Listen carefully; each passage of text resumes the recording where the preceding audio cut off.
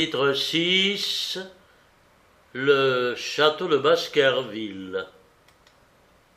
Au jour indiqué, Sir Henry Baskerville et le docteur Mortimer se trouvèrent prêts et nous partîmes pour Devonshire ainsi que cela avait été convenu.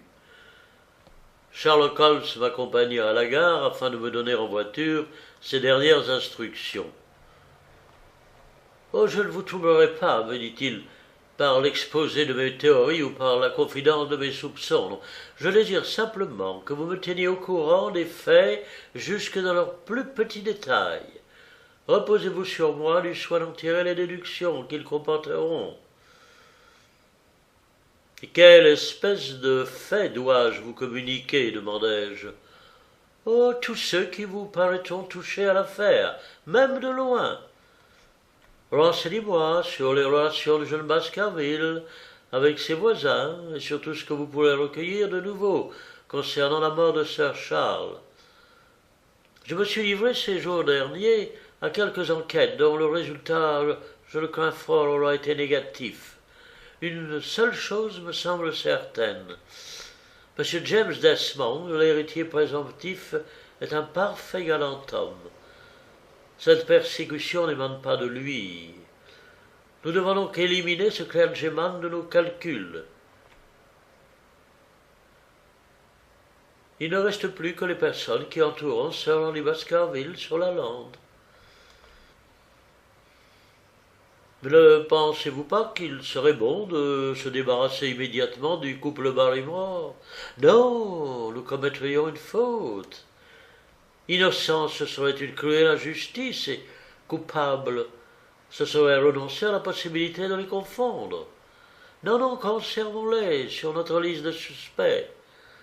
Si je me souviens bien, il y a au château un cocher et sur la lande 2 fermiers. Nous y trouvons également notre ami, le docteur Mortimer, que je tiens pour absolument honnête, et sa femme, sur laquelle nous manquons de renseignements. Il y a aussi le naturaliste Stapleton et sa sœur, qu'on dit très attrayante. Puis c'est M. Frankland de Lofter Hall, qui représente un facteur inconnu, ainsi que 2 ou 3 autres voisins. Vous devrez porter vos investigations sur ces gens-là. J'agirai de mon mieux. Je suppose que vous emportez des armes. Oui, j'ai cru bien faire de m'en munir. Certainement. Jour et nuit, ayez votre revolver à portée de la main et ne vous lâchez jamais de vos mesures de prudence. Nos amis avaient déjà retenu un wagon de première classe et nous attendaient sur le quai. Non, non, nous n'avons rien de neuf à vous apprendre, fit le docteur Mortimer, en répondant à une question de mon ami. Je ne puis vous affirmer qu'une chose, personne ne nous a suivis depuis 2 jours. Nous ne sommes jamais sortis sans avoir regardé de tous côtés, et un espion n'aurait pas échappé à notre vigilance. Vous ne vous êtes pas quitté, je présume. Oh, seulement hier après-midi, quand je suis à Londres, je consacre toujours quelques heures aux distractions, je les ai passées au musée de l'Académie de chirurgie. Et moi, je suis allé voir le beau monde à Hyde Park, dit Baskerville. Une série, un produit extraordinaire. C'était tout de même imprudent, répliqua gravement Holmes en secouant la tête. Je vous prie, Sir Henry, de ne plus vous absenter seul, si vous ne voulez pas vous exposer à de grands malheurs. Avez-vous retrouvé votre bottine? Non, elle est bien perdue. C'est vraiment très curieux. Allons, adieu, ajouta-t-il comme le train commençait à glisser le long du quai. Puis il reprit. Souvenez-vous, Sir Henry, de l'une des phrases de la légende que le docteur Mortimer nous a lue. Évitez la lande à l'heure où l'esprit du mal chemine.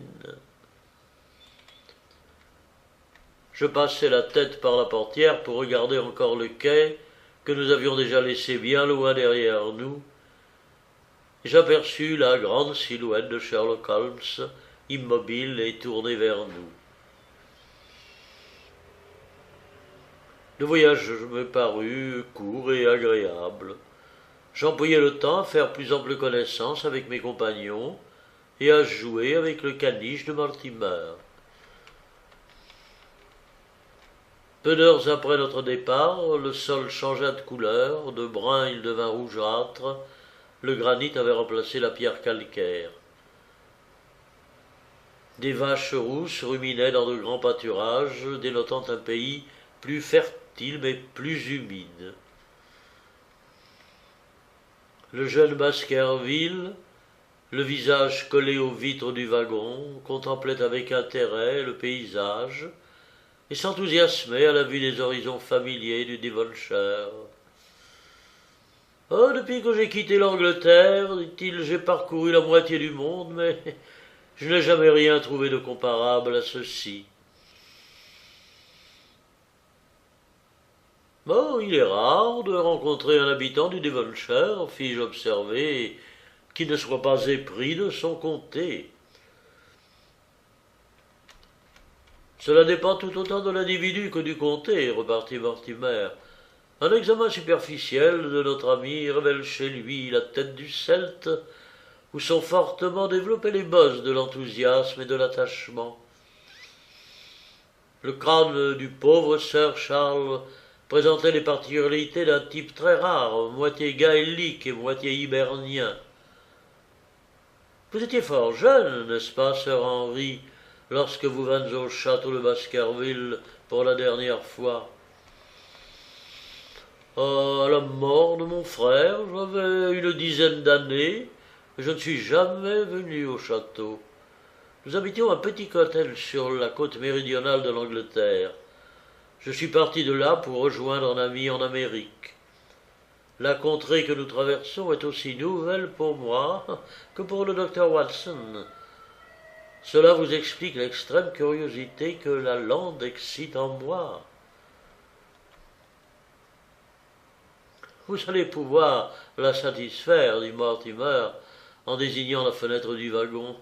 Vous devez l'apercevoir d'ici.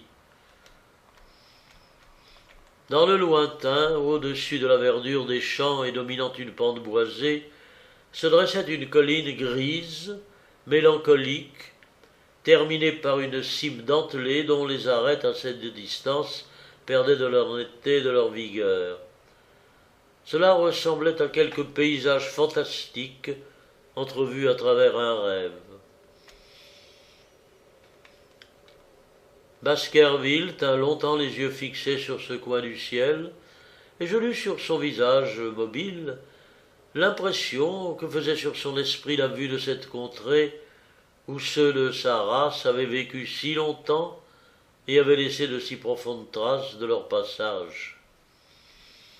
Il était assis en face de moi, dans le coin d'un prosaïque wagon, vêtu de son complet gris, parlant avec cet accent américain fortement prononcé. Cependant que je détaillais sa figure énergique, je pressentais plus que jamais qu'il était vraiment le descendant de cette longue lignée d'hommes ardents et courageux. Il y avait de l'orgueil, de la vaillance et de la force sous ses épais sourcils, ainsi que dans ses narines mobiles et dans ses yeux couleur de noisette. Si, sur cette lande d'aspect sauvage, nous devions entreprendre une enquête difficile et périlleuse, nous aurions dans Sir Henry un compagnon avec lequel on pouvait tenter l'aventure, certain qu'il saurait en partager bravement tous les dangers. Le train stoppa à une petite station. Nous descendîmes. Dehors, au-delà d'une petite barrière peinte en blanc, attendait une voiture attelée de 2 Cobbs. Notre arrivée constituait sûrement un grand événement, car le chef de gare et les hommes d'équipe se précipitèrent au-devant de nous pour prendre nos bagages. C'était une simple halte au milieu de la campagne. Je fus donc très surpris de remarquer que de chaque côté de la porte, 2 soldats se tenaient appuyés sur leurs fusils. Quand nous passâmes près d'eux, ils nous envisagèrent avec insistance. Le cocher, petit, trapu, salua Sir Henry Baskerville, et quelques minutes plus tard, nous roulions sur la route blanche et poudreuse. Nous traversions un pays vallonné couvert de pâturages. Le toit de quelques maisons s'élevait au-dessus des frondaisons épaisses des arbres, mais au-delà de cette campagne paisible, illuminée par les rayons du soleil couchant, la longue silhouette de la lande se détachait en noir sur l'azur du ciel. La voiture s'engagea dans un chemin de traverse. Nous gravîmes ainsi des sentiers abrupts, bordés de hauts talus tapissés de mouches et de scolopendres, où, pendant des siècles, le passage des routes avait creusé de profondes ornières. Des fougères rouillées par la rosée, des ronces aux baies sanglantes étincelaient au dernier feu du soleil. Nous franchîmes un petit pont de granit et nous côtoyâmes un ruisseau qui fuyait rapidement sur un lit de cailloux grisâtres. La route et le ruisseau suivaient une vallée plantée de chênes rabougris et de sapins étiques. Baskerville saluait chaque tournant du chemin par une exclamation de surprise. Tout lui semblait beau, tandis que j'éprouvais une indéfinissable tristesse à l'aspect de cette campagne qui portait les stigmates irrécusables de l'hiver déjà prochain. Tout à coup, Mortimer s'écria « Regardez donc ça !» Une petite colline, une sorte d'éperon, formée par la lande et s'avançant dans la vallée, se dressait devant nous. Sur la cime, semblable à une statue équestre, nous aperçûmes un soldat à cheval, le fusil appuyé sur son bras gauche, prêt à faire feu. Il gardait la route par laquelle nous arrivions. « Mais que signifie ceci, Perkins ?» demanda Mortimer au cocher. Alors celui-ci se retourna à demi sur son siège. « Un condamné s'est échappé il y a 3 jours de la prison de Princeton. On a placé des sentinelles sur tous les chemins et dans toutes les gares, on ne l'a pas encore retrouvé. Et les fermiers des environs sont bien ennuyés. »« Ah, je comprends. Il toucherait 5 livres de récompense en échange d'un petit renseignement. »« Oui, monsieur, mais 5 livres de récompense représentent bien peu de choses en comparaison du danger qu'il court d'avoir le cou coupé. Oh, c'est pas un condamné ordinaire, il est capable de tout. »« Qui est-ce ? » ?»« Selden, l'assassin de Notting Hill. » Je me souvenais parfaitement de ce crime. Il était un de ceux qui avaient le plus intéressé Sherlock Holmes en raison des circonstances particulièrement féroces qui entourèrent le crime et de l'odieuse brutalité avec laquelle l'assassin accomplit son forfait. Cependant, on avait commué la sentence de mort prononcée contre le coupable sur des doutes conçus à propos de sa responsabilité mentale. Notre voiture avait gravi une pente et devant nous se déroulait l'immense étendue de la lande. Un vent glacial qui la balayait nous fit frissonner.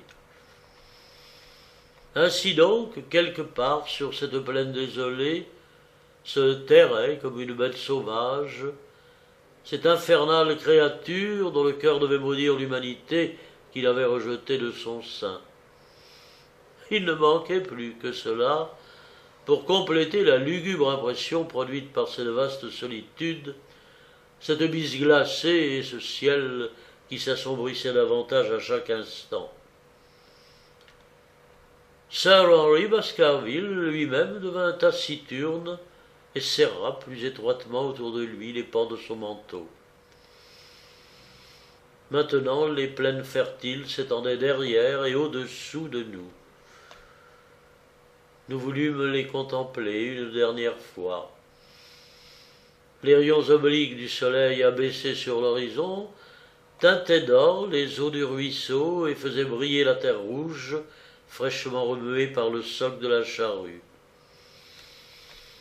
Devant nous, la route, avec ses pentes rudes parsemées d'énormes rochers roussâtres, prenait un aspect de plus en plus sauvage. De loin en loin, nous passions près d'un cottage, construit et couvert en pierre, dont aucune plante grimpante n'atténuait la rigidité des lignes. Soudain, nous vîmes une dépression de terrain ayant la forme d'un entonnoir, où croissaient des chênes entr'ouverts ainsi que des sapins échevelés tordus par des siècles de rafales. Deux hautes tours effilées pointaient au-dessus des arbres. Le cocher les désigna avec son fouet. « Le château de Baskerville » dit-il. Les joues empourprées, les yeux enflammés, Sir Henry s'était levé et regardait. Quelques minutes après, nous atteignîmes la grille du château, enchâssée dans des piliers rongés par le temps, mouchetés de lichens et surmontés de têtes de sangliers, armes des Baskerville. Le pavillon du portier n'était plus qu'une ruine de granit noir, au-dessus de laquelle s'enchevêtrait un réseau de chevrons dépouillés du toit qu'il supportait jadis.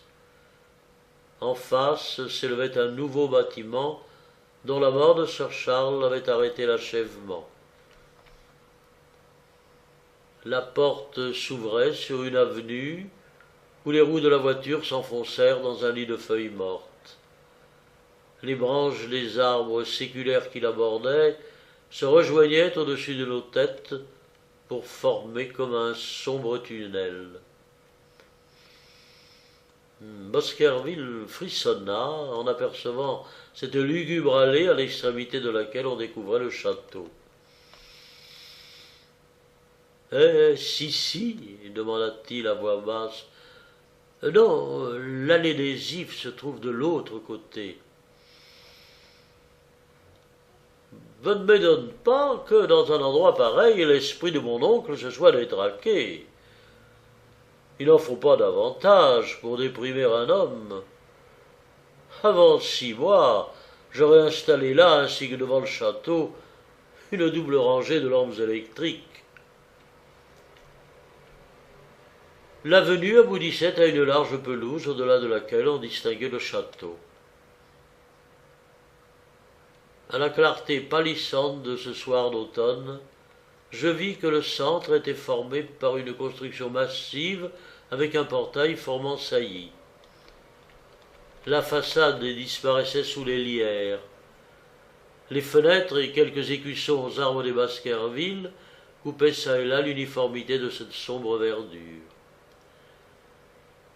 De cette partie centrale montaient les 2 tours, antiques, crénelées, percées de nombreuses meurtrières. À droite et à gauche de ces tours, on avait ajouté une aile d'un style plus moderne. « Soyez le bienvenu au château de Baskerville, Sir Henry, » dit une voix. Un homme de haute taille s'était avancé pour ouvrir la portière de la voiture. Une silhouette de femme se profilait dans l'encadrement de la porte. Elle sortit à son tour et aida l'homme à descendre les bagages. Je vous demande la permission de rentrer directement chez moi, Sir Henry, dit Mortimer. Ma femme m'attend. Vous ne voulez pas dîner avec nous? Non, il faut que je m'en aille. Je dois avoir des malades qui me réclament. J'aurais été heureux de vous montrer le château, mais Barrymore sera un meilleur guide que moi.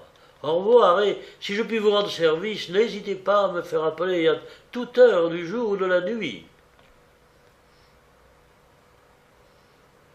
Le roulement de la voiture qui emmenait le docteur s'éteignit bientôt dans le lointain. Sir Henry et moi nous entrâmes dans le château et la porte se referma lourdement sur nous. Nous nous trouvâmes dans une grande pièce dont le plafond très élevé était soutenu par de fortes solives de chêne noircies par le temps. Dans une cheminée monumentale, un feu de bois pétillait sur de hauts chenets. Nous en approchâmes nos mains engourdies par le froid du voyage. Nous examinâmes curieusement les hautes et longues fenêtres aux vitraux multicolores, les lambris de chêne, les têtes de cerf et les armes accrochées au mur, le tout triste et sombre, sous la lumière atténuée d'une lampe accrochée au milieu du plafond. « C'est bien ainsi que je me représentais le château, » me dit Sir Henry. « Cela ne ressemble-t-il pas à quelque vieux tableau d'intérieur ? La demeure n'a pas changé depuis 500 ans qu'y vivent mes ancêtres. » Tandis qu'il jetait les yeux autour de lui, son visage bronzé s'éclaira d'un enthousiasme juvénile. Mais à un moment, la lumière le frappa directement, alors que de longues traînées d'ombre couraient contre les murs, formant au-dessus de sa tête et derrière lui comme un dais funéraire. Barrymore était revenu de porter les bagages dans nos chambres. Il se tenait debout devant nous dans l'attitude respectueuse d'un domestique de grande maison. Il avait très bonne apparence, avec sa haute taille, sa barbe noire coupée en carré et sa figure qui ne manquait pas d'une certaine distinction. « Désirez-vous qu'on vous serve immédiatement, monsieur ?» demanda-t-il. « Est-ce prêt ? Oh, dans quelques minutes. Vous trouverez de l'eau chaude dans vos chambres. Ma femme et moi, Sir Henry, nous serons heureux de rester auprès de vous jusqu'à ce que vous ayez pris vos nouvelles dispositions. Maintenant, l'entretien de cette maison va exiger un personnel plus nombreux. » « Pourquoi maintenant ? Je veux dire que Sir Charles menait une existence très retirée et que nous suffisions à son service. Vous, c'est tout naturel, vous recevrez davantage et, nécessairement, vous devrez augmenter votre domesticité. Dois-je en conclure que vous avez l'intention de me quitter ? Oui, mais seulement lorsque vous nous y autoriserez.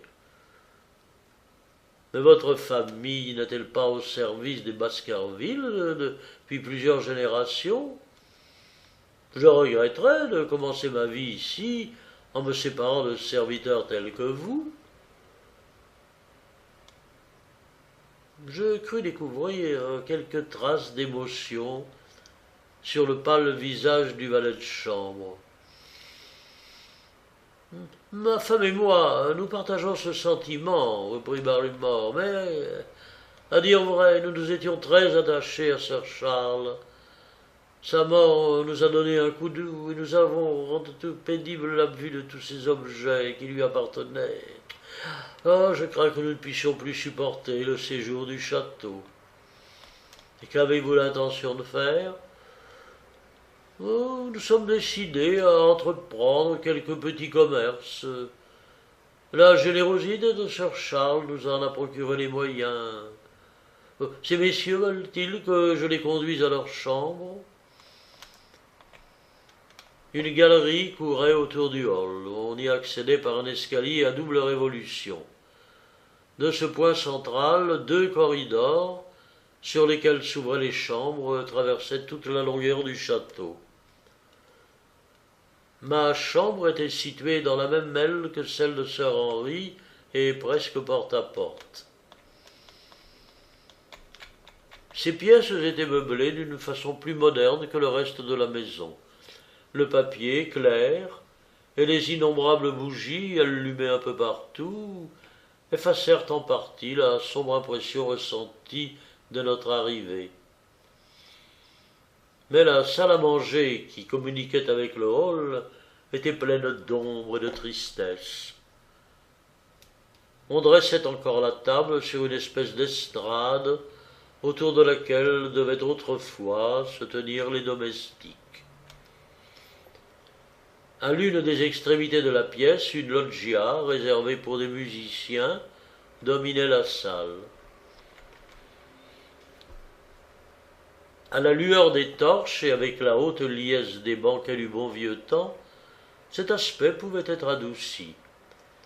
Mais de nos jours, en présence de deux messieurs vêtus de noir, assis dans le cercle de lumière projeté par une lampe voilée d'un abat-jour, la voix détonnait et l'esprit devenait inquiet. Toute une lignée d'ancêtres habillés de tous les costumes des siècles passés, depuis le chevalier du règne d'Élisabeth jusqu'au petit maître de la Régence, nous fixait du haut de ses cadres et nous gênait par sa muette présence. Nous parlâmes peu, et je me sentis soulagé, une fois le repas terminé, quand nous allâmes fumer une cigarette dans la salle de billard. « Vrai, ce n'est pas un endroit folâtre, dit Sir Henry. Je crois qu'on peut s'y faire, mais je me sens encore dépaysé. Je ne m'étonne pas qu'à vivre seul dans cette maison, mon oncle soit devenu un peu toqué. Vous plaît-il que nous nous retirions de bonne heure dans nos chambres? Demain matin, les choses nous sembleront peut-être plus riantes. » Avant de me coucher, j'ouvris mes rideaux pour jeter un coup d'œil sur la campagne. Ma fenêtre donnait sur la pelouse devant la porte du hall. Au-delà, deux bouquets d'arbres s'agitaient en gémissant sous le souffle du vent. Une partie du disque de la lune apparaissait dans une déchirure des nuages. À cette pâle clarté, je vis derrière les arbres la dentelure des roches, ainsi que l'interminable et mélancolique déclivité de la lande. Je refermai mon rideau avec la sensation que cette dernière impression ne laissait en rien à celle déjà éprouvée. Et cependant, elle devait être suivie d'une autre, non moins pénible. La fatigue me tenait éveillé. Je me retournais dans mon lit à la recherche d'un sommeil qui me fuyait sans cesse. Dans le lointain, une horloge à carillon sonnait tous les quarts.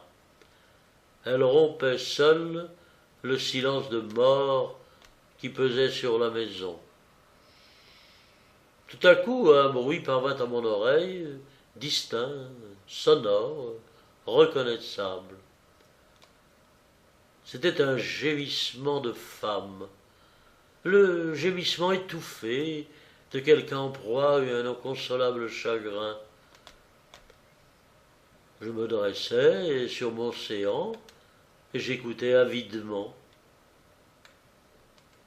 Le bruit était proche et venait certainement de l'intérieur du château. Les nerfs tendus, je demeurai ainsi plus d'une demi-heure, mais je ne perçus plus que le carillon de l'horloge et le frôlement des branches de lierre contre les volets de ma fenêtre. Chapitre 7. Monsieur Stapleton de Merripit House. Le lendemain, la splendeur du matin dissipa un peu l'impression de tristesse laissée dans nos esprits par notre première inspection du château de Baskerville.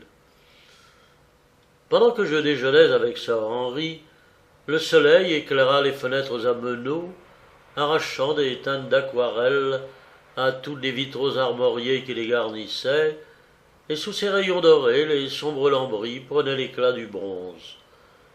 On aurait difficilement reconnu la même pièce qui, la veille, nous avait mis tant de mélancolie à l'âme.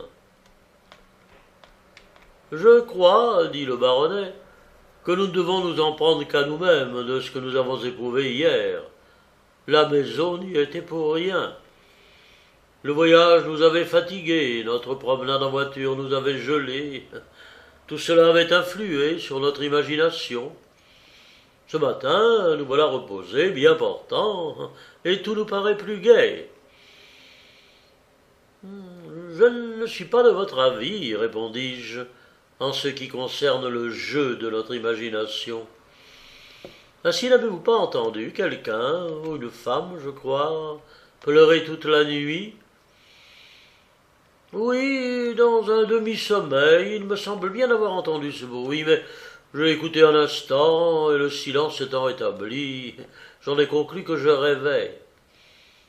Moi, je l'ai perçu très distinctement, et je jurerais que c'étaient des gémissements de femme. Il faut que nous éclaircissions ce fait. Sir Henry sonna Barrymore et lui demanda quelques explications. Aux questions de son maître, je crus voir le visage déjà pâle du valet de chambre pâlir encore davantage. « Oh, il n'y a que 2 femmes dans la maison, Sir Henry, dit-il.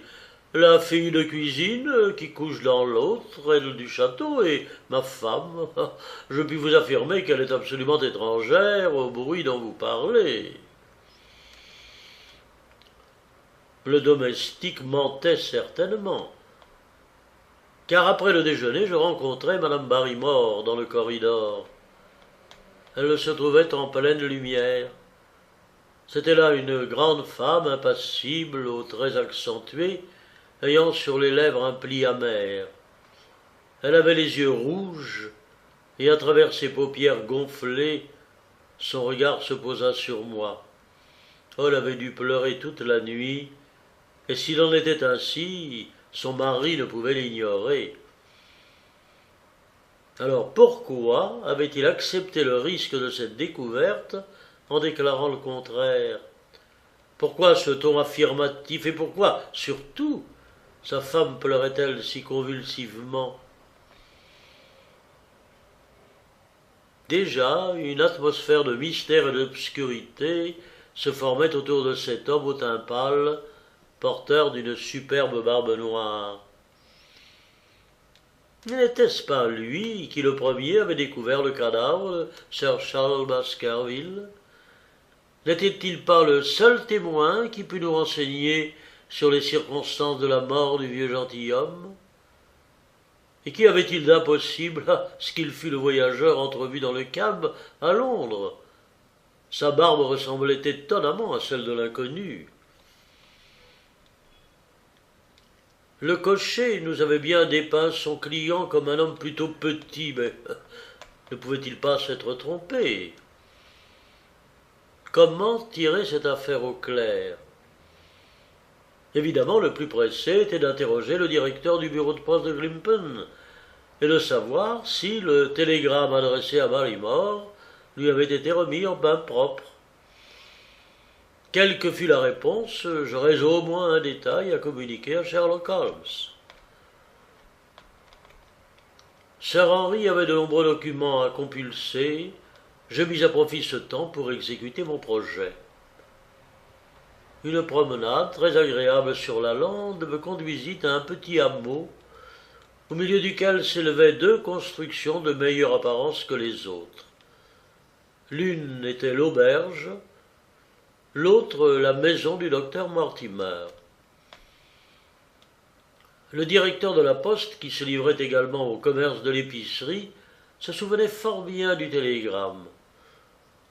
« Oh, certainement, monsieur, me dit-il, on a remis la dépêche à Barrymore, ainsi que l'indiquait l'adresse. »« Qui l'a remise ?»« Mon fils, ici présent. » Le fonctionnaire épicier interpella un gamin qui bagnaudait dans un coin. « James, demanda-t-il, la semaine dernière, tu as bien remis une dépêche à M. Barrymore ?»« Oui, papa. »« À M. Barrymore lui-même, insistai-je. À ce moment-là, il était au grenier, et j'ai pas pu la donner à lui-même, mais je l'ai remise à Madame Barrymore, qui m'a promis de la lui porter aussitôt. »« As-tu vu, M. Barrymore ?»« Non, monsieur, je vous ai dit qu'il était au grenier. »« Mais puisque tu ne l'as pas vu, comment sais-tu qu'il se trouvait au grenier ?» Oh, sa femme devait savoir où il était, intervint le directeur de la poste. N'aurait-il pas reçu le télégramme? Ah, s'il y a erreur, que M. Barrymore se plaigne. Il me semblait inutile de poursuivre plus loin mon enquête. Ainsi, malgré la ruse inventée par Sherlock Holmes, nous n'avions pas acquis la preuve du séjour de Barrymore au château pendant la semaine précédente. Supposons le contraire. Supposons que l'homme qui, le dernier, avait vu Sir Charles vivant, ait été le premier à espionner son héritier dès son arrivée en Angleterre. Alors quoi? Était-il l'instrument de quelqu'un ou nourrissait-il de sinistres projets pour son propre compte? Quel intérêt avait-il à persécuter la famille Baskerville? Je pensais à l'étrange avertissement découpé dans les colonnes du Times. Était-ce l'œuvre de Barrymore ou bien celle d'un tiers qui s'évertuait à contrecarrer ses desseins? Sir Henry avait émis la version la plus plausible. Si on éloignait les Baskerville du château, Barrymore et sa femme y trouveraient un gîte confortable et pour un temps indéfini. Certes, une semblable explication ne suffisait pas pour justifier le plan qui paraissait enserrer le baronnet comme dans les mailles d'un invisible filet. Holmes lui-même avait convenu que jamais, au cours de ses sensationnelles enquêtes, on ne lui avait soumis de cas plus complexes. Tout en retournant au château par cette route solitaire, je faisais des vœux pour que mon ami, enfin débarrassé de ses préoccupations, revînt vite me relever de la lourde responsabilité qui pesait sur moi. Soudain, je fus tiré de mes réflexions par un bruit de pas. Quelqu'un courait derrière moi en m'appelant par mon nom. Croyant voir le docteur Mortimer, je me retournai, mais, à ma grande surprise, un inconnu me poursuivait. J'aperçus un homme de taille moyenne, mince, élancé, blond, la figure rasée, âgé de 35 ans environ, vêtu d'un complet gris et coiffé d'un chapeau de paille. Il portait sur le dos la boîte en fer blanc des naturalistes et tenait à la main un grand filet vert à papillons. Je vous prie d'excuser mon indiscrétion, docteur Watson, dit-il en s'arrêtant tout haletant devant moi. Sur la lande, pas des besoins des présentations ordinaires. Mortimer, notre ami commun, a dû vous parler de moi. Je suis Stapleton de Merripit House. Ah, votre filet et votre boîte me l'auraient appris, répliquai-je, car je sais que M. Stapleton est un savant naturaliste. Mais comment me connaissez-vous? Je suis allé faire une visite à Mortimer et, tandis que nous passiez sur la route, il vous a montré à moi par la fenêtre de son cabinet. Comme nous suivions le même chemin, j'ai pensé que je vous rattraperais et que je me présenterais moi-même. J'aime à croire que le voyage n'a pas trop fatigué Sir Henry. Non, merci, il est en excellente santé.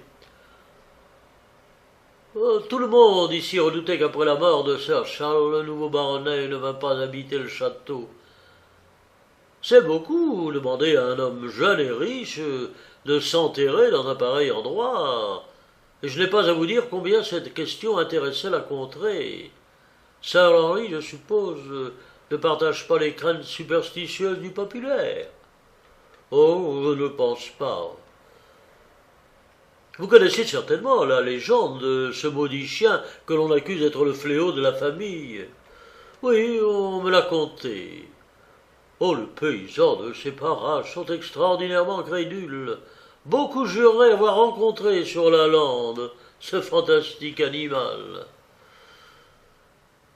Stapleton parlait, le sourire sur les lèvres, mais il me sembla lire dans ses yeux qu'il prenait la chose plus au sérieux.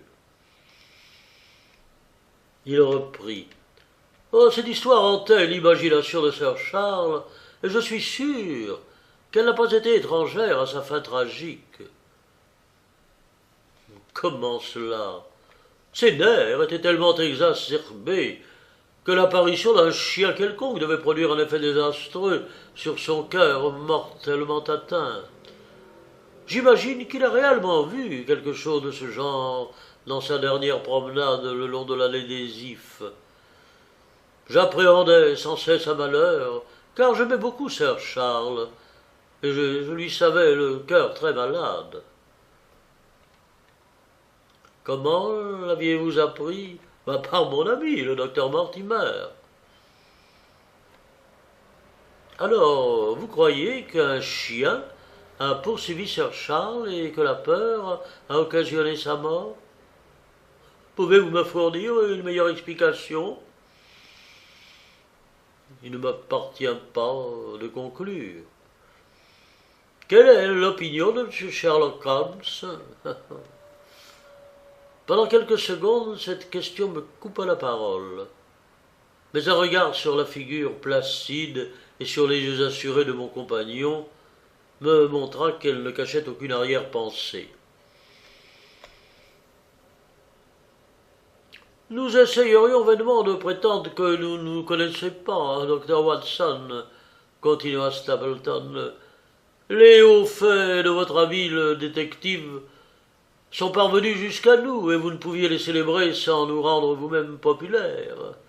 Lorsque Mortimer vous a nommé, j'ai aussitôt établi votre identité. Vous êtes ici parce que M. Sherlock Holmes s'intéresse à l'affaire, et je suis bien excusable de chercher à connaître son opinion. Je regrette n'être pas en mesure de répondre à cette question. Puis-je au moins vous demander s'il nous honorera d'une visite? D'autres enquêtes le retiennent à la ville en ce moment. Quel malheur! Il gèlerait un peu de lumière sur tout ce qui reste si obscur pour nous. Quant à vos recherches personnelles, si vous jugez que je vous sois de quelque utilité, j'espère que vous n'hésiterez pas à user de moi. Si vous m'indiquiez seulement la nature de vos soupçons, ou de quel côté vous alliez pousser vos investigations, il me serait possible de vous donner dès maintenant un avis ou une aide. Oh, je vous affirme que je suis simplement en visite chez mon ami Sir Henry, et que je n'ai besoin d'aide d'aucune sorte. Parfait, dit Stapleton. Vous avez raison de vous montrer prudent et circonspect. Je regrette de vous avoir adressé cette question indiscrète, et je vous promets de m'abstenir dorénavant de la plus légère allusion à ce sujet. Nous étions arrivés à un endroit où un étroit sentier, tapissé de mousse, se branchait sur la route pour traverser ensuite la lande. Sur la droite, un monticule escarpé, caillouteux, avait dû être exploité autrefois comme carrière de granit. Le versant qui nous faisait face était taillé à pic. Dans les anfractuosités de la roche poussaient des fougères et des ronces.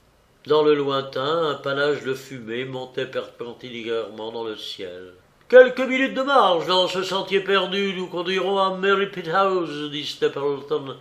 Voulez-vous me consacrer une heure? Je vous présenterai à ma sœur. » Mon premier mouvement fut de refuser. Mon devoir me commandait de retourner auprès de Sir Henry. Mais je me souvins de l'amas de papier qui recouvrait sa table, et je me dis que je ne lui étais d'aucun secours pour les examiner. D'ailleurs, Holmes ne m'avait-il pas recommandé d'étudier tous les habitants de la lande? « Quel endroit merveilleux que la lande, dit mon compagnon, en jetant un regard circulaire sur les ondulations de la montagne qui ressemblaient à de gigantesques vagues de granit. On ne se lasse jamais du spectacle qu'elle offre à l'œil de l'observateur. Vous ne pouvez imaginer quels secrets étonnants cache cette solitude. Elle est si vaste, si dénudée, si mystérieuse. Ah, vous la connaissez donc bien. Je ne suis d'ici que depuis 2 ans. Les gens du pays me considèrent comme un nouveau venu. Nous nous y installâmes peu de temps après l'arrivée de Sir Charles. Mes goûts me portèrent à explorer la contrée jusque dans ses plus petits recoins. Je ne pense pas qu'il existe quelqu'un qui la connaisse mieux que moi. Est-ce donc si difficile? Oh, très difficile. Voyez-vous par exemple cette grande plaine là-bas, vers le nord, avec ses proéminences bizarres.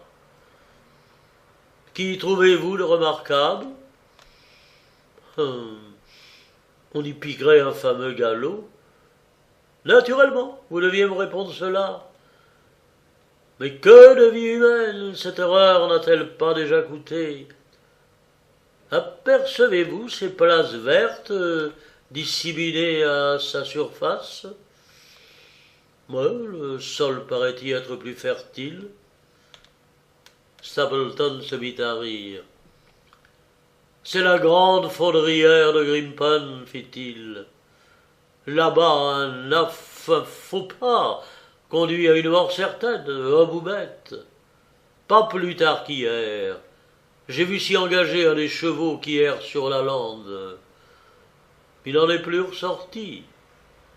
Pendant un moment, sa tête s'est agitée au-dessus de la vase, puis le bourbier l'a aspirée.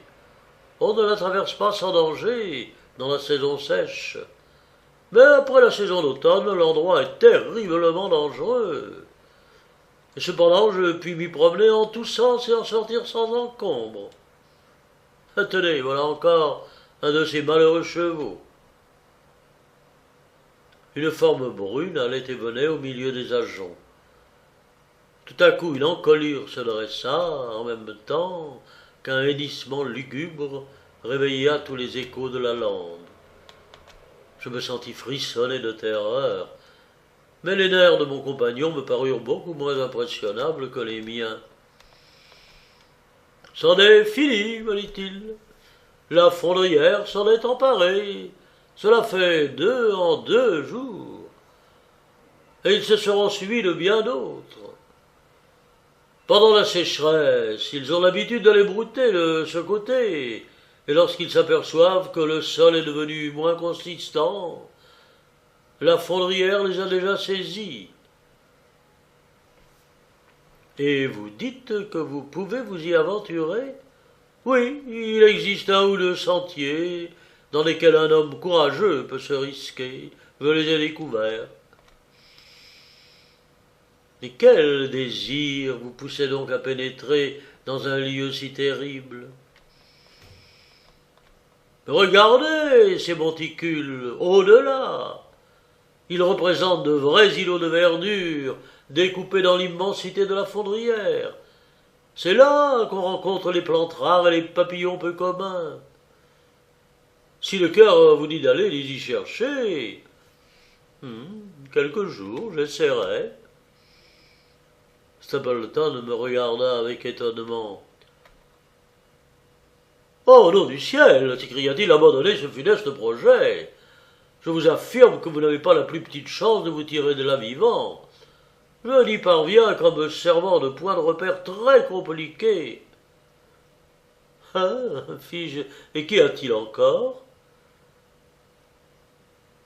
Un long gémissement indiciblement triste courut sur la lande. Bien qu'il eût ébranlé l'air, il était impossible de préciser d'où il venait. Commencé sur une modulation sourde, semblable à un murmure, il se changea en un profond rugissement pour finir en un nouveau murmure mélancolique, poignant.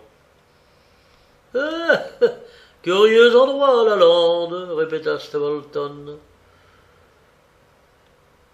Qu'était-ce donc? Oh, le paysan prétend que c'est le chien des Baskerville qui hurle pour attirer sa proie. Je l'ai déjà entendu 1 ou 2 fois, mais jamais aussi distinctement. Avec un tressaillement de crainte au fond du cœur, je regardais cette vaste étendue de plaine, mouchetée de larges taches vertes formées par les ajoncs. Sauf 2 corbeaux qui croassaient lugubrement sur la cime d'un pic, Une immobilité de mort régnait partout. « Vous êtes un homme instruit, dis-je, vous ne pouvez croire à de pareilles balivernes. À quelle cause attribuez-vous ce bruit étrange ?» Les fondrières rendent parfois des sons bizarres, inexplicables. La boue se tasse, l'eau sourd ou quelque chose. Ah non, non, non, répondis-je, c'était une voix humaine. Peut-être bien, répondit Stapleton. Avez-vous jamais entendu s'envoler un butor? Non, jamais. C'est un oiseau très rare, à peu près complètement disparu de l'Angleterre, mais dans la lande, rien n'est impossible. Oui, je ne serais pas étonné d'apprendre que c'est le dernier cri du dernier butor qui vient de frapper nos oreilles. Quel bruit étrange! Oh, ce pays est plein de surprises. Regardez le flanc de la colline. Que croyez-vous apercevoir? Je vis une vingtaine de tas de pierres grises amoncelées circulairement. Oh, je ne sais pas, des abris de bergers? Non! Nos dignes ancêtres habitaient là. L'homme préhistorique vivait sur la lande et comme depuis cette époque personne ne l'a imité, nous y retrouvons encore presque intacts les vestiges de son passage. Ceux-ci vous représentent des wigwams recouverts de leur toiture. Si la curiosité vous prenait de les visiter, vous y verriez un foyer et une couchette. On dirait une petite ville. À quelle époque était-elle peuplée? L'homme néolithique, ou la date nous manque. Et que faisait-il? Il menait paître son troupeau sur les pentes, et lorsque les armes de bronze remplacèrent les haches de pierre, il fouillait les entrailles de la terre à la recherche du zinc. Voyez cette grande tranchée sur la colline opposée. Voilà la preuve de ce que j'avance. Oh, vous rencontrerez le bien curieux sujet d'étude sur la lande. Oh, excusez-moi un instant, docteur Watson. C'est sûrement un cyclopelte. Un petit insecte avait traversé le chemin et Stapleton s'était aussitôt élancé à sa poursuite. À mon grand désappointement, la bestiole vola droit vers la fondrière, et ma nouvelle connaissance, bondissant de touffe en touffe, courait après elle, son grand filet vert se balançant dans l'air. Ses vêtements gris, sa démarche irrégulière, sautillante, saccadée, le faisaient ressembler lui-même à une gigantesque phalène. Je m'étais arrêté pour suivre sa chasse, et j'éprouvais un mélange d'admiration pour son extraordinaire agilité et de crainte pour le danger auquel il l'exposait dans cette perfide fondrière. Un bruit de pas me fit retourner, une femme s'avançait vers moi dans le chemin. Elle venait du côté où le panache de fumée dénonçait l'emplacement de Mary Pitt House. Mais la courbure de la lande l'avait cachée à mes yeux jusqu'au moment où elle se trouva près de moi. Je reconnus en elle Miss Stapleton, dont on m'avait parlé. Cela me fut aisé, car indépendamment du petit nombre de femmes qui vivent sur la lande, on me l'avait dépeinte comme une personne d'une réelle beauté. La femme qui s'approchait de moi répondait au portrait qu'on m'avait tracé de la sœur du naturaliste. Impossible de concevoir un plus grand contraste entre un frère et une sœur. Stapleton était quelconque, avec ses cheveux blonds et ses yeux gris, tandis que la jeune fille avait ce teint chaud et brune, si rare en Angleterre. Son visage, un peu altier mais finement modelé, aurait paru impassible dans sa régularité, sans l'expression sensuelle de la bouche et la vivacité de deux yeux noirs largement fendus. Sa taille parfaite, moulée dans une robe de coupe élégante, la faisait ressembler, sur ce chemin désert, à une étrange apparition. Au moment où je me retournais, elle regardait son frère. Alors elle hâta le pas. J'avais ôté mon chapeau et j'allais prononcer quelques mots d'explication lorsque ces paroles imprimèrent une autre direction à mes pensées. « Allez-vous-en » s'écria-t-elle, « retournez vite à Londres. » Si grande fut ma surprise que j'en demeurai stupide.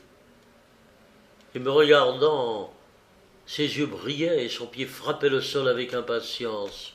« Mais pourquoi m'en aller ?» demandai-je. « Je ne puis vous le dire. » Elle parlait d'une voix basse, précipitée, avec un léger grasseyement dans la prononciation. Elle reprit. « Pour l'amour de Dieu, faites ce que je vous recommande. Retournez vite et ne remettez jamais plus les pieds sur la lande. »« Mais j'arrive à peine. »« Mais pourquoi ne tenir aucun compte d'un avertissement dicté par votre seul intérêt? Retournez à Londres. Partez ce soir même. Fuyez ces lieux à tout prix. Prenez garde. Voici mon frère, pas un mot de ce que je vous ai dit. Soyez donc assez aimable pour me cueillir cette orchidée là-bas. La lande est très riche en orchidées, vous en jugerez par vous-même. Bien que vous soyez venu à une saison trop avancée pour jouir de toutes les beautés de la nature. Stapleton avait renoncé à sa poursuite et retournait vers nous, essoufflé et le teint coloré par la course. « Eh bien, Merrill, dit-il. » Il me sembla que le ton de cette interpellation manquait de cordialité. « Vous avez bien chaud, Jacques. »« Oui, je poursuivais un cyclepelt.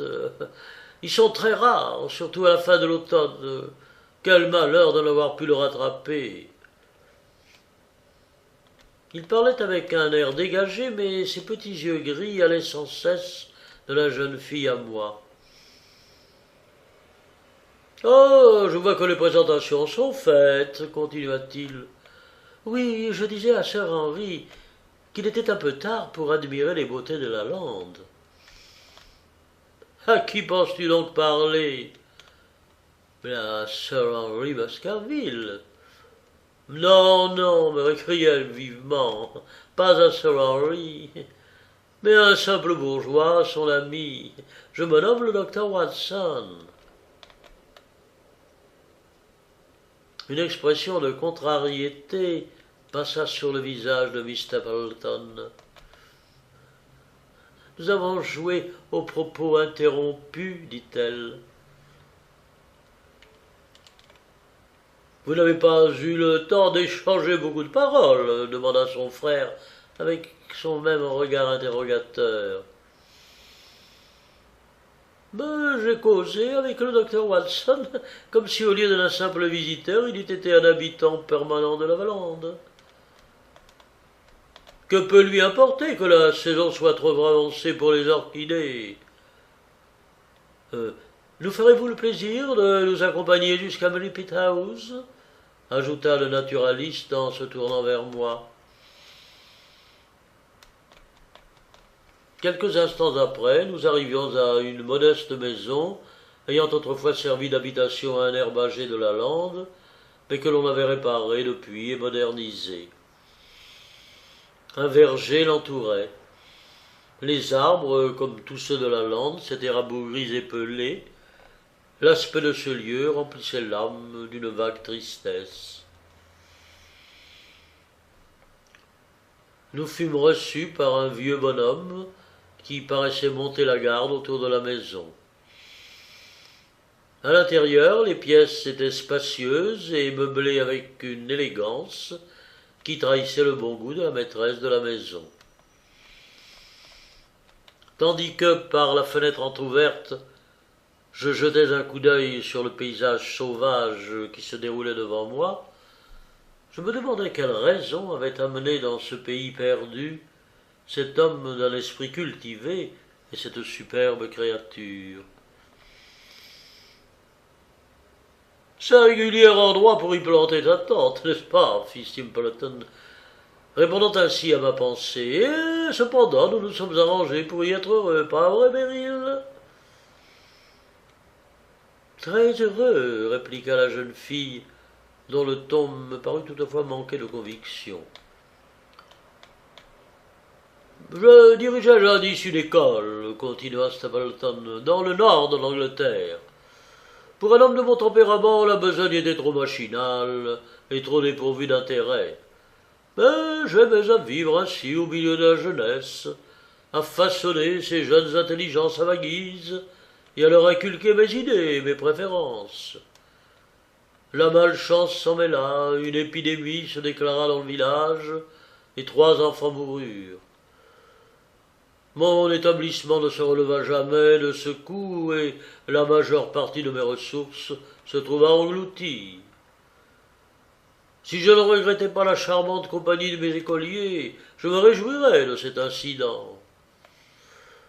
Avec mon amour immodéré pour la botanique et la zoologie, je rencontrerais facilement et plutôt difficilement un champ plus ouvert à nos recherches, car ma sœur est aussi éprise que moi des choses de la nature. Ceci, docteur Watson, répond à une question que j'ai lue sur votre visage pendant que vous regardiez sur la lande. Oui, je me disais en effet que ce séjour devait être bien triste, sinon pour vous, du moins pour votre sœur. Non, non, non, dit vivement Miss Stapleton, non, je ne connais pas la tristesse. Nous avons nos études, nos livres, de bons voisins, paraphrasa mon hôte. Le docteur Mortimer est un véritable savant. Puis nous possédions dans ce pauvre Sir Charles un délicieux compagnon. Nous l'apprécions beaucoup et nous ressentons plus que je ne puis le dire le vide causé par sa mort. Serais-je indiscret en me présentant cet après-midi au château pour rendre visite à Sir Henry? Oh, je suis sûr qu'on lui ferait le plus grand plaisir. Alors, prévenez-le de ma venue. Nous nous emploierons de tout notre pouvoir pour qu'il s'habitue ici. Désirez-vous, docteur Watson, visiter ma collection de lépidoptères? Je ne crois pas qu'il en existe de plus complète dans tout le sud de l'Angleterre. Pendant que vous l'admirerez, on vous préparera un lunch. J'avais hâte de reprendre auprès de Sir Henry mes fonctions de garde du corps. D'ailleurs, la solitude de la lande, la mort du malheureux cheval aspiré par la fondrière, le bruit étrange que le public associait à l'horrible légende des Baskerville, tout cela m'étreignait le cœur. J'ajouterai encore l'impression produite par l'avis de Miss Stapleton, avis si précis et si net que je ne pouvais l'attribuer qu'à quelques graves raisons. Je résistai donc à toutes les instances de mon hôte, et je repris par le même étroit sentier le chemin du château. Mais il devait exister un raccourci connu des habitants du pays, car avant que j'eusse rejoint la grande route, je fus très étonné de voir Miss Stapleton assise sur un quartier de roche au croisement de 2 voies. Elle avait marché très vite, et la précipitation de la course avait empourpré ses joues. « J'ai couru de toutes mes forces afin de vous devancer, me dit-elle. Je n'ai même pas pris le temps de mettre mon chapeau, je ne m'arrête pas. Mon frère s'apercevrait de mon absence. Je voulais vous dire combien je déplorais la stupide erreur que j'ai commise en vous confondant avec Sir Henry. Oubliez mes paroles, elles ne vous concernent en rien. » « Mais comment les oublierais-je, Miss Stapleton, répliquai-je. Je suis l'ami de Sir Henry, et le souci de sa sécurité m'incombe tout particulièrement. Apprenez-moi pourquoi, vous souhaitiez si ardemment qu'il retournât à Londres.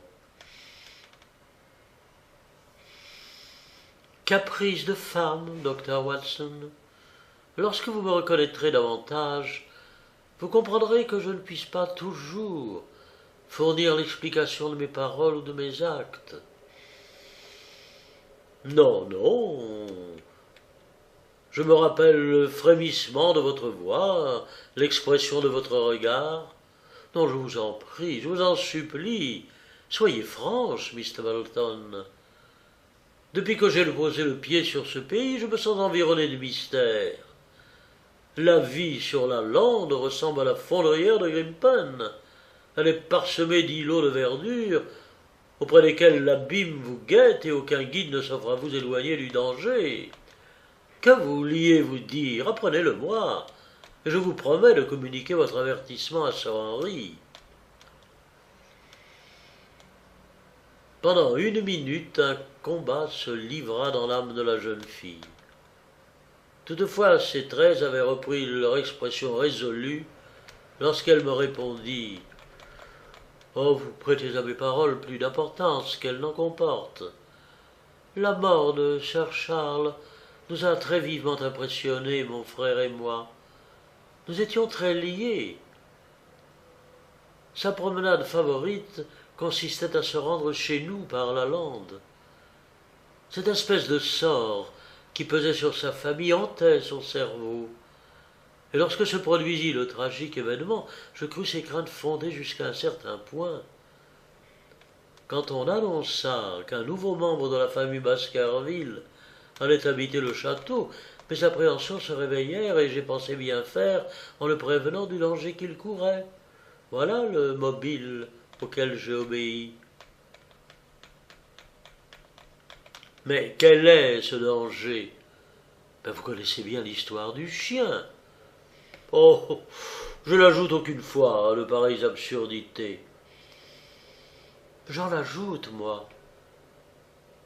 Si vous possédez quelque influence sur Sir Henry, emmenez-le loin de ce pays qui a déjà été si fatal à sa famille. Le monde est grand. Pourquoi s'obstinerait-il à vivre au milieu du péril? Précisément, parce qu'il y a du péril. Sir Henry est ainsi fait. Je crains qu'à moins d'un avis plus motivé que celui que vous m'avez donné, il ne me soit impossible de le déterminer à partir. Je ne puis vous dire autre chose. Je ne sais rien de précis. Me permettez-vous de vous adresser une dernière question, Miss Stapleton? Quand vous m'avez parlé tout à l'heure, puisqu'il vous était impossible de m'en apprendre davantage, pourquoi redoutez-vous tant que votre frère ne vous entendît? Il n'y avait rien dans vos paroles que ni lui ni personne d'ailleurs ne put écouter. Mon frère désire que le château soit habité. Il estime que le bonheur des pauvres gens de la lande l'exige. Tout avis poussant Sir Henry à s'éloigner leur est compté. J'ai accompli maintenant mon devoir et je n'ajouterai plus un mot. Je retourne vite à la maison pour que mon frère ne se doute pas que nous avons causé ensemble. Adieu. Miss Stapleton reprit le chemin par lequel elle était venue, tandis que, le cœur oppressé de vagues alarmes, je continuai ma route vers le château.